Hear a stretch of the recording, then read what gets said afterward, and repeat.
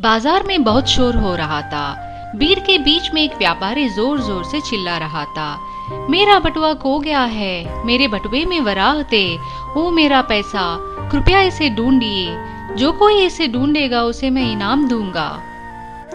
एक गरीब भिखारी जो एक दुकान के बाहर बैठा था, उसने सड़क के किनारे कुछ चीजों के बीच एक पाउच पड़ा देखा। उसने उसे उठाया और पाया कि उसमें 100 वराह थे। ईमानदार व्यक्ति होने के नाते वह उसे व्यापारी के पास ले गया और पूछा, क्या यह वही बटुआ है जिसे आप ढूंढ रहे हैं साहब? व्यापारी ने उसके हाथ से बटुआ छीन लिया।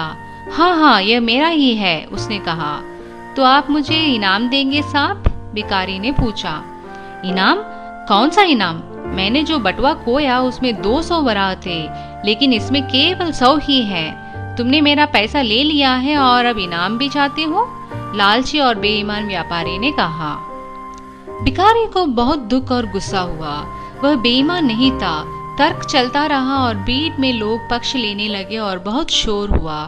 अंत में भिखारी ने कहा कि उन्हें अपने विवाद को सुलझाने के लिए राजा के पास जाना चाहिए। तो दोनों दरबार में गए। राजा ने उन्हें सुना और फिर तेनालीरामन को उनके विवाद को सुलझाने का निर्देश दिया। तेनालीरामन ने कहा, तुम दोनों सही हो। इस व्यापारी ने अपना बटुआ खो दिया जिसमें 200 वराह थे। आपने एक बटुआ पाया जिसमें 100 वराह थे। क्या यह सही है? हाँ साहब, दोनों ने सहमति व्यक्त की। तो दोनों तत्व सही है, क्योंकि इस बटुए में 200 वराह नहीं है, यह वह बटुआ नहीं हो सकता जो व्यापारी ने खोया था।